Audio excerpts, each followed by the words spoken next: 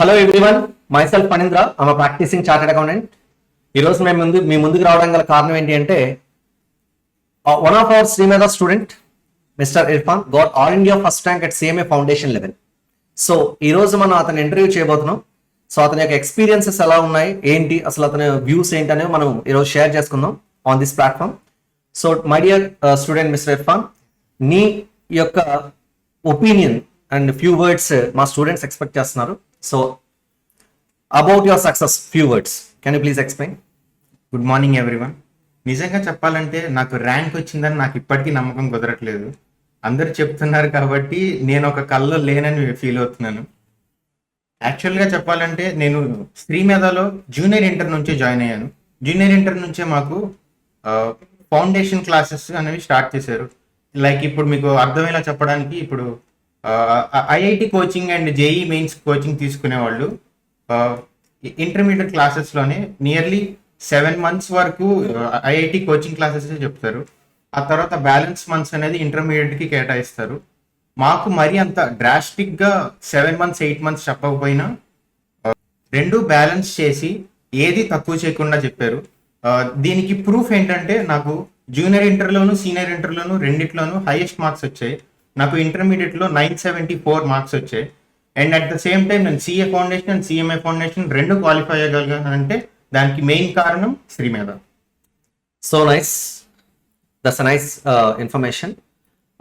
And also ఇంత all India first rank అంటే మామూలుగా state level ranks and district level ranks, town level ranks తెచ్చుకోవడం అంటేనే చాలా పెద్ద విషయం మామూలుగా. అలాంటిది నేషనల్ లెవెల్లో ఒక క్వాలిటేటివ్ బోర్డ్ కింద ఫౌండేషన్ లెవెల్లో ఆల్ ఇండియా ఫస్ట్ ర్యాంక్ తెచ్చుకోవడం అనేది అంత చిన్న విషయం ఏం కాదు. సో ఆ ర్యాంక్ తెచ్చుకోవడానికి నువ్వు ఫాలో అయిన ప్రిపరేషన్ స్ట్రాటజీ ఏంటో మేము తెలుసుకోవాలనుకుంటున్నాం.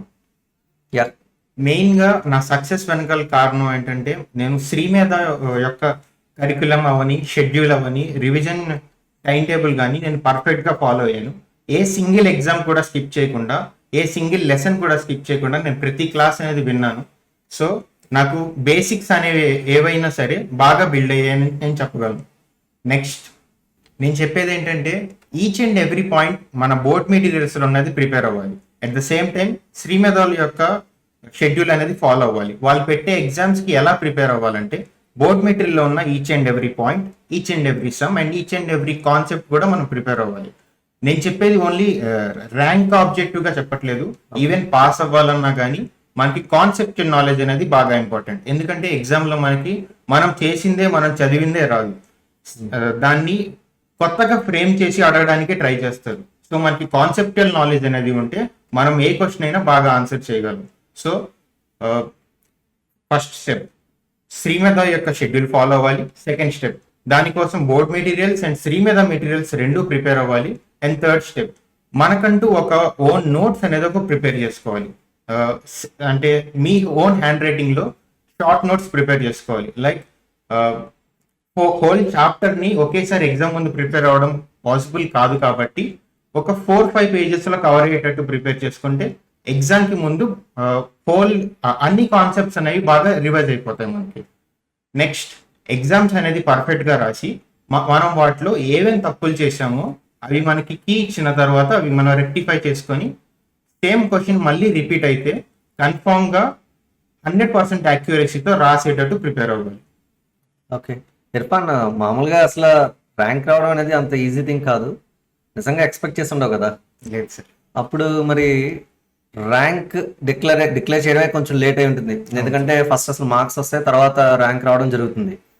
మరి అసలు ఎక్స్పెక్ట్ చేసావు? అసలు వన్స్ ఒకసారి అసలు ర్యాంక్ చూడగానే నీ యొక్క ఒపీనియన్ ఏంటంటే ఎట్లా ఫీల్ అయ్యావు?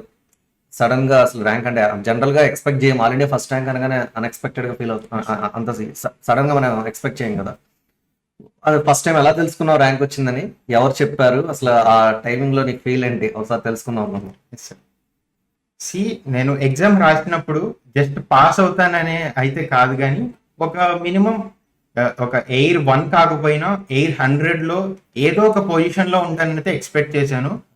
కానీ నేను ఎయిర్ 1కి అయితే ఎప్పుడు ప్రిపేర్ అవ్వలేదు. అంటే యాక్చువల్గా నేను ర్యాంక్ వస్తుందని అయితే ఎక్స్పెక్ట్ చేయలేదు.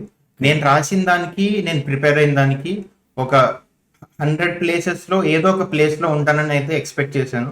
కానీ మాకు రిజల్ట్ ఇచ్చేసి మంత్స్ పాస్ అయిపోయినాయి, కానీ మాకు ఇంకా ర్యాంక్ గురించి ఏ ఇన్ఫర్మేషన్ అనేది మాకు ఇవ్వలేదు. ఇంకా మెల్లమెల్లగా నేను దాని మీద హోప్స్ వదిలేసి ఇంకా ర్యాంక్ లేదు ఏం లేదని డిసైడ్ అయిపోయాను. కానీ నియర్లీ ఆఫ్టర్ 9 or 10 months తర్వాత మళ్ళీ బోర్డ్ నుంచి మాకు లెటర్ వచ్చింది ఇంటికి. నేనేమనుకున్నానంటే సిఎంఈ ఇంటర్ కోసం ప్రిపేర్ అవుతున్నాను కదా, ఆర్టీపీ కానీ ఎంటీపీ కానీ ఏమైనా సెండ్ చేశారేమో అనుకున్నాను. ఓకే. ఆ ఉద్దేశంతో ఓపెన్ చేసి చూస్తే అక్కడ ఒక టేబుల్లో you have secured first rank in the foundation examination అని ఉంది. ఓకే. ఓకే. అసలు నాకు అర్థం కాలేదు, అంటే ఐ వాజ్ స్పీచ్లెస్ చెప్పాలంటే. ఓకే. నాకు అది అర్థం కాక మా డాడీకి ఇచ్చాను. మా డాడీ మొత్తం చదివి నీకు ర్యాంక్ వచ్చిందన్న, మనం వెళ్తున్నాం, వెళ్ళి ప్రైజ్ తీసుకుంటున్నాం అన్నారు. That's a great thing actually. అసలు వాళ్ళ కళ్ళల్లో ఎక్స్ప్రెషన్స్ అవన్నీ చూసాక నాకు చాలా హ్యాపీగా అనిపించింది. అంతకు మించి ఏం కావాలి సార్, ఏ కొడుకైనా ఏ కూతురికైనా. Actually that's a great thing actually. ఎందుకంటే అంటే ఫర్ ది ఫస్ట్ టైం అంటే లెటర్ చూసేదాకా నీకు తెలియదు. Yes sir. Okay.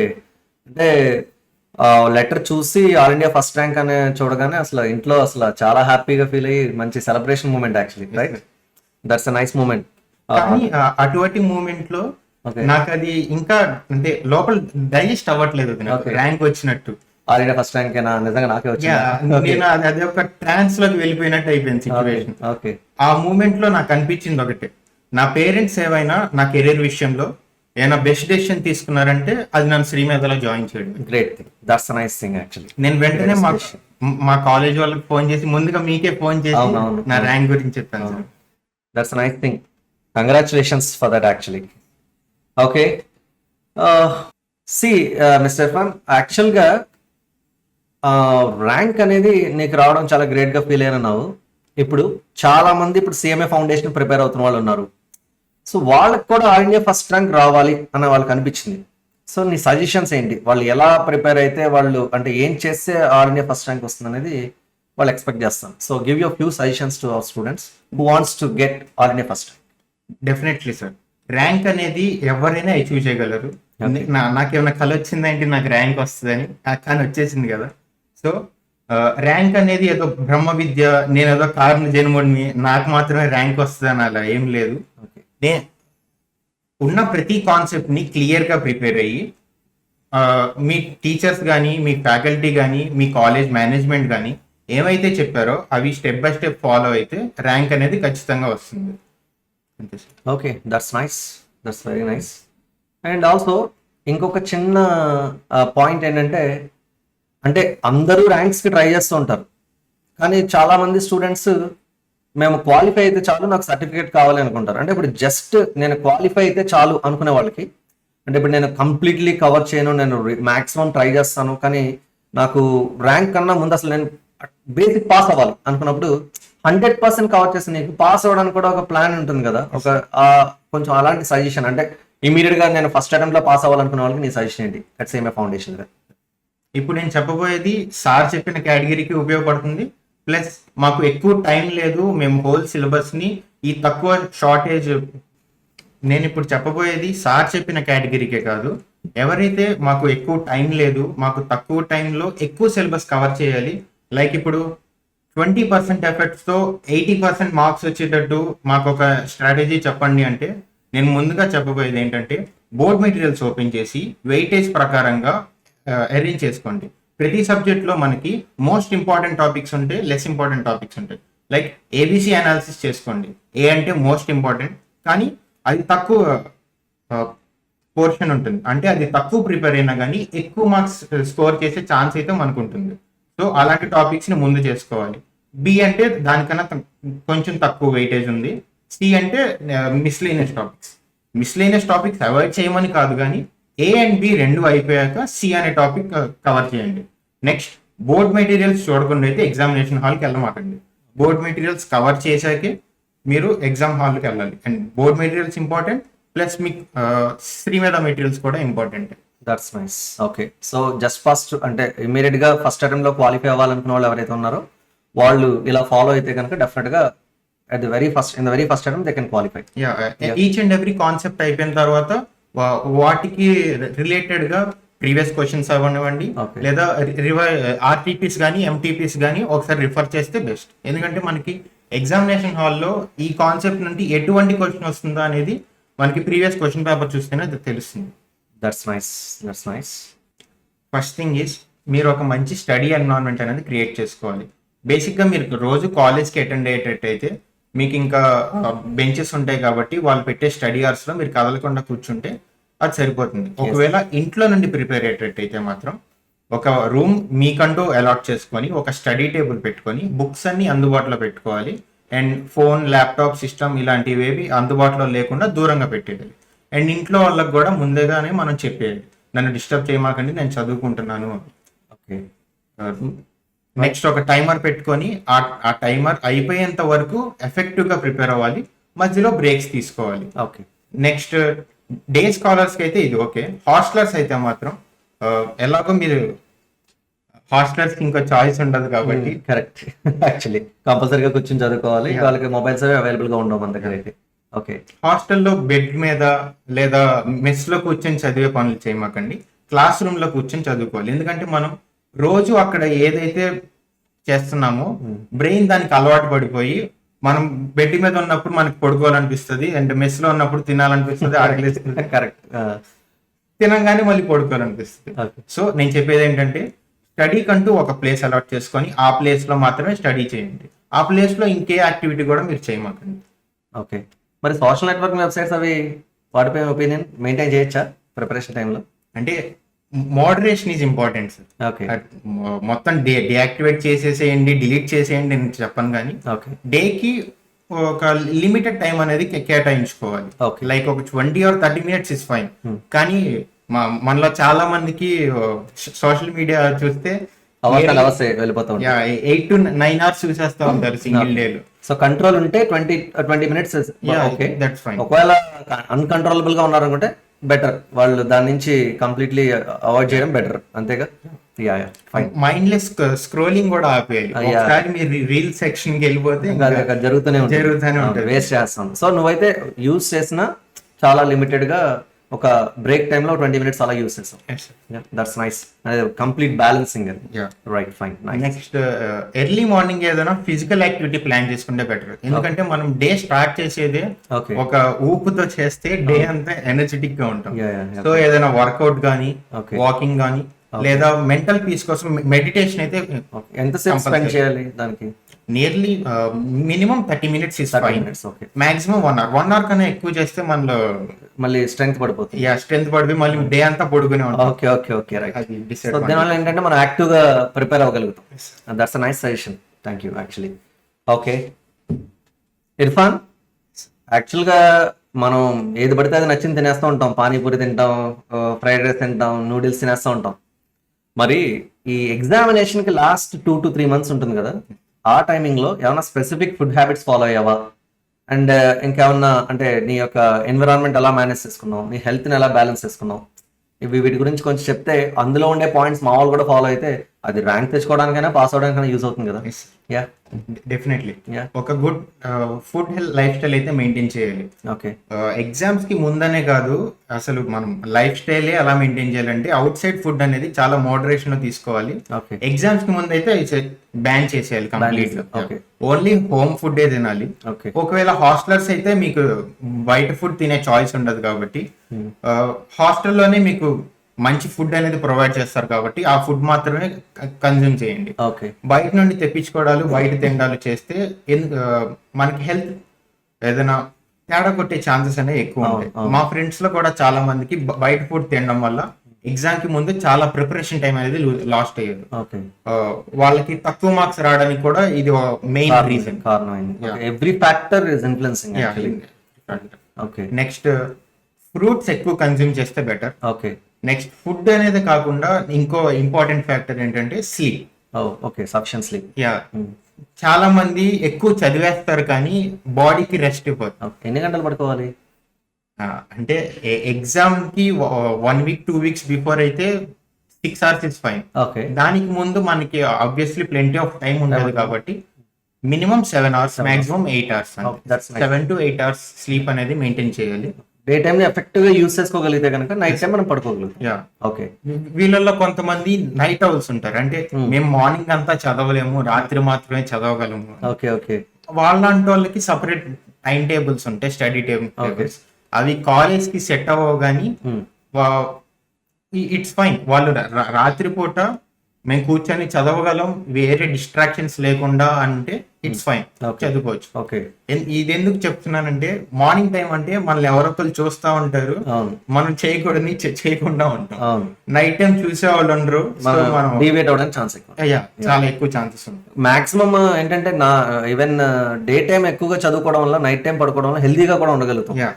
So night complete night చదవడం కరెక్ట్ కాదని నేను నా సజెషన్ కూడా యాక్చువల్గా. సో ఓకే ఫైన్, ఏదైనా సరే night are day time overall గా ఒక 7 hours స్లీప్ అనేది కంపల్సరీ అని చెప్తున్నాడు Irfan. And also maximum day time చదవడానికి ట్రై చేయమని చెప్తున్నాడు. Okay, that's a nice suggestion, thank you. Irfan, all India first rank వచ్చింది కదా, సో ఇప్పుడు దాకా చాలా ఆస్పెక్ట్స్ చెప్పావు. శ్రీ మీద నీకు ఏ వేలో సపోర్ట్ చేసింది అంటే నువ్వు ఆల్ ఇండియా ఫస్ట్ ర్యాంక్ తెచ్చుకోవడానికి మంచి తెలుసుకోవచ్చా? ఎస్, ముందుగా నేను మా ఫ్యాకల్టీకి థ్యాంక్స్ చెప్పాలనుకుంటున్నాను. ఎందుకంటే మేము ఎన్నిసార్లు డౌట్లు అడిగినా, ఎన్నిసార్లు అర్థం కాలేదు ఒకసారి మళ్ళీ చెప్పని అడిగినా కొంచెం కూడా హెసిటేట్ అవ్వకుండా ఎన్నిసార్లు అడిగినా అన్నిసార్లు మాకు ఎక్స్ప్లెయిన్ చేసి మాకు ఆ కాన్సెప్ట్ వచ్చేదాకా మమ్మల్ని వదిలిపెట్టేవారైతే కాదు. Okay okay. And more over మాకు మోటివేషన్ కూడా ఇచ్చేవారు. అంటే మాకు మెంటల్ సపోర్ట్, అంటే స్ట్రెస్ ఎక్కువైపోయి ఎగ్జామ్ వల్ల మేము డిమోటివేట్ అవుతుంటే మమ్మల్ని కూర్చోబెట్టి, అంటే అందరికీ కలిపి చెప్తారు, ప్లస్ ఇండివిజువల్ గా కూడా డిమోటివేట్ అవ్వకుండా మమ్మల్ని బాగా హెల్ప్ చేశారు. ఓకే. నెక్స్ట్ బ్రేక్స్ ఇచ్చి మేము రిఫ్రెష్ అవ్వడానికి మాకైతే స్కోప్ ప్రొవైడ్ చేశారు. ఓకే. నెక్స్ట్ మాకు డిజిటల్ క్లాసెస్ అనేవి పెట్టారు. ఆ డిజిటల్ క్లాసెస్ పెట్టడం వల్ల ఏమైందంటే మాకు జరిగే ఈచ్ అండ్ ఎవ్రీ క్లాస్ అనేది రికార్డ్ అవుతుంది. సో మాకు అది ఆ టాపిక్ అర్థం కాకపోతే ఫ్యాకల్టీ ఇంకోసారి చెప్పొచ్చు, లేదా ఇన్ కేస్ ఫ్యాకల్టీ అవైలబుల్ లేకపోతే ఆ క్లాసెస్ అనేవి మళ్ళీ ప్లే చేసి మేము చూసుకోవడానికి స్కోప్ అయితే ప్రొవైడ్ చేసేది. Recorded classes. ఓకే. నెక్స్ట్ మాకు సమ్మర్ లో హీట్ అనేది ఎక్కువ ప్రాబ్లం లేకుండా మాకు ఎయిర్ కండిషనర్స్ అయితే పెట్టించారు. Okay. So next ventilation fans కూడా ఉన్నాయి. సో మీకు ఎటువంటి ప్రాబ్లం అయితే రాదు. ఓకే ఓకే ఇర్ఫాన్, అవును మరి ఫౌండేషన్ అయిపోయి ఇంటర్కి వచ్చావుగా, సేమ్ ఇంటర్కి ఎలా ఉంది, ఏంటి డిఫరెన్స్? ఫౌండేషన్కి ఇంటర్కి ఏమైనా డిఫరెన్స్ ఏమైనా కనిపించిందా? క్లాసెస్ ఏంటి అసలు ఎలా ఉంది? అఫ్ కోర్స్ సార్, మనం ఫౌండేషన్ తో కంపేర్ చేసుకుంటే ఇంటర్ అనేది చాలా వ్యాస్ట్ సిలబస్ ఉంటుంది. దీన్ని మనం ట్యాకిల్ చేసి పర్ఫెక్ట్ గా ప్రిపేర్ అవ్వాలంటే మనకు ఒక perfect schedule and perfect management అనేది కావాలి. అవి రెండు నాకు ఇక్కడ శ్రీమేధలో దొరికాయి. Okay. Yes sir, of course. అసలు రెండింటికి డిఫరెన్స్ మనం కంపేర్ చేయాలంటే నక్కకి నాగలోకానికి ఉన్నంత తేడా ఉంది. అవునవును, కరెక్ట్. అది మాత్రం అసలు వ్యాస్ట్ సిలబస్ ఇది. ముందుగా అసలు అన్ని పేపర్స్ అండ్ అన్ని సిలబస్ అండ్ అన్ని బుక్స్ సైజ్ చూసాక మాత్రం నాకు డెఫినెట్లీ భయం వేసింది. కానీ ఒక ప్లాన్ చేసుకుంటే కన్ఫామ్ గా అయిపోతుంది సార్. ఒక pre defined plan and pre defined passion ఉండాలి. రెండు కనుక మనకి ఉంటే మనం అయిపోతుంది. నెక్స్ట్ లెంతీ అవర్స్ అయితే కూర్చోవాలి సార్. ఫౌండేషన్ లో కూర్చున్నట్టయితే తక్కువ స్టడీ. 4 సబ్జెక్ట్స్ కదా అక్కడ. అక్కడ 4, ఇక్కడ డబల్ అవడం వల్ల 8 సబ్జెక్ట్స్ ఉంటాయి కదా మరి ఇక్కడ. అబ్సల్యూట్లీ మనం డబల్ ఎఫర్ట్స్ అయితే పెట్టాలి. ఓకే. ఇంట్లో కూడా చదివేటట్టు, అంటే నైట్ షెడ్యూల్స్ కూడా ప్లాన్ చేసుకొని, ఒక ఇందాక స్లీప్ ఇంపార్టెంట్ అని చెప్పాను కదా, అది ఇక్కడ క్లాష్ అవుతుంది. స్లీప్ మేబీ మనం సాక్రిఫైస్ చేయాల్సిన అవసరాలు రావచ్చు, బ్యాలెన్స్ చేసుకోవాలి కొంచెం. Okay, right, fine. So difference అయితే వచ్చింది మొత్తం మీద ఫౌండేషన్ కి ఇంటర్కి, బికాస్ సబ్జెక్ట్స్ ఇంక్రీజ్ అయ్యాయి కాబట్టి. That's nice. అవును, ఇందుకే మరి క్లాస్ రూమ్ ఎన్విరాన్మెంట్ ఎలా ఉంది ఇంటర్ లెవెల్లోకి వచ్చిన తర్వాత? ఫ్యాకల్టీ టీమ్ ఎలా టీచ్ చేస్తున్నారు? మెటీరియల్స్, శ్రీమేధ మెటీరియల్స్ ఎలా ఉన్నాయి? నీ ఒపీనియన్స్ ఏంటి? అసలు ఇప్పుడు రీసెంట్ గా స్టార్ట్ అయింది కదా క్లాసెస్, వింటున్నావు కదా, అవి కొంచెం మా స్టూడెంట్స్ కి తెలుసుకోవాలనుకుంటున్నారు. మాకు వచ్చే ఈచ్ అండ్ ఎవ్రీ ఫ్యాకల్టీ కూడా క్వాలిఫైడ్, ఎయిదర్ సిఏ అయి ఉండండి, సిఎంఏ ఆర్ బోత్ క్వాలిఫైడ్ కూడా మాకు వచ్చే ఫ్యాకల్టీలో ఉన్నారు. వాళ్ళకి ఈచ్ అండ్ ఎవ్రీ టాపిక్ మీద కాన్సెప్చువల్ నాలెడ్జ్ ఉంది. మేము బుక్ లో ఉన్నదే కాకుండా బయట నుండి కూడా మేము డౌట్స్ అడిగితే అవి మాకు ఎక్స్ప్లెయిన్ చేసేవారు. నెక్స్ట్ మనం అండ్ క్లాస్ రూమ్స్ గురించి మాట్లాడుకున్నట్టయితే మాకు డిజిటలైజ్డ్ క్లాస్ రూమ్స్ అయితే ఉన్నాయి, plus air conditioner class rooms ఉన్నాయి. అవి రెండు ఉండడం వల్ల మాకు చాలా హెల్ప్ఫుల్ అయింది. Recorded class room, digitalize class room అంటే. Okay, nice nice. Okay. Next materials గురించి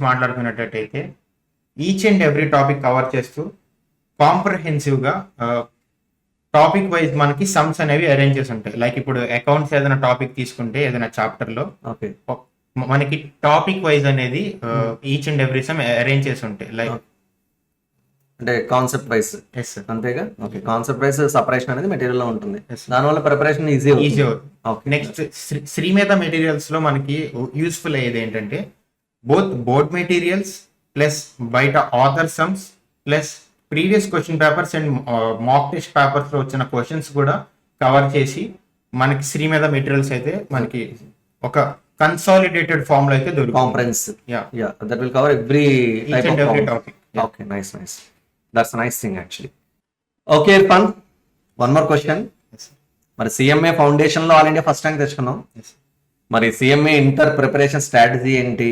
మళ్ళీ all India first rank Sri Medha నుంచి యాజ్ అ స్టూడెంట్ గా నువ్వు ఎక్స్పెక్ట్ చేస్తున్నావా ఏంటి? ఎస్ సార్, డెఫినెట్లీ నేను అయితే నా 100% ఎఫర్ట్స్ అయితే ఇస్తున్నాను. ఓకే రిజల్ట్ గురించి అయితే నేను ఎక్కువ ఆలోచించట్లేదు. ర్యాంక్ ఏది వచ్చినా నేను యాక్సెప్ట్ చేస్తాను. ఓకే ర్యాంక్ వస్తుంది కానీ ఏ ర్యాంక్ వస్తుంది అయితే నేను ముందుగానే చెప్పలేను. ఐ హోప్ మళ్ళీ ఎయిర్ వన్ వచ్చి ఓకే ఇక్కడ మళ్ళీ కూర్చొని ఇంకో ఇంటర్వ్యూ ఇస్తానని నేను ఆశిస్తున్నాను. డెఫినెట్ గా ఎఫర్ట్స్ నువ్వు పెడితే డెఫినెట్ గా ఆల్ ఇండియా ఫస్ట్ ర్యాంక్ రావడం అంత ఖచ్చితంగా వస్తుంది, డెఫినెట్ గా వస్తుంది. Yes, sir. Okay and so congratulations for your success. We are so happy. All India first rank on behalf of Shrimedha నువ్వు స్టూడెంట్ గా తెచ్చుకోవడం మేము చాలా సంతోషిస్తున్నాం. సో ఫైనల్ గా మా స్టూడెంట్స్ సిఎంఏ ఫౌండేషన్ ప్రిపేర్ అవుతున్న స్టూడెంట్స్ కి నీ లాస్ట్ వర్డ్స్, వాళ్ళు ఎలా ప్రిపేర్ అవ్వాలి ఏంటి అనేది అన్ని మనం డిస్కస్ చేస్తాం. చివరిగా వాళ్ళ కమిట్మెంట్ ఎలా ఉండాలి ఏంటి అన్న కొన్ని ఫ్యూ మోటివేషన్ వర్డ్స్ ఎక్స్పెక్ట్ చేస్తున్నాం యాజ్ అ ర్యాంకర్ గా. Can you please say such words? Sir, బేసిక్గా నేను చిన్నప్పటి నుంచి నమ్మే సిద్ధాంతం ఏంటంటే మనం ఏ ఫీల్డ్లో అయినా ఏ పని చేస్తున్నా కానీ కన్సిస్టెంట్గా కమిటెడ్గా స్మార్ట్ వర్క్ చేస్తూ మనం ఏ పని చేసినా దాంట్లో కన్ఫామ్గా సక్సీడ్ అవుతాం సార్. ఓకే సో మనం కన్సిస్టెంట్గా ఈచ్ అండ్ ఎవ్రీ డే, ఒకరోజు చదివేసి వదిలేస్తే అలా అవ్వదు. Okay each and every day మనం కన్సిస్టెంట్గా మనం ప్రిపేర్ అయితే డెఫినెట్గా మీరు కూడా ర్యాంకర్ అయ్యి ఈ కుర్చీలో కూర్చొని ఇంటర్వ్యూ ఇస్తూ ఉంటారు. నేను అటుపక్క ఫోన్ కానీ ల్యాప్టాప్లో కానీ మీ ఇంటర్వ్యూ చూస్తూ ఉంటాను. Yeah that's I definitely hope that you all will achieve good ranks, all India ranks in upcoming future attempts, and make us proud. Okay. Thank you so much, Irfan, for sharing your valuable information to our students. And thank you so much on behalf of Srimedha and faculty team and all non-teaching staff. All the very best, my dear students. Thank you. Bye.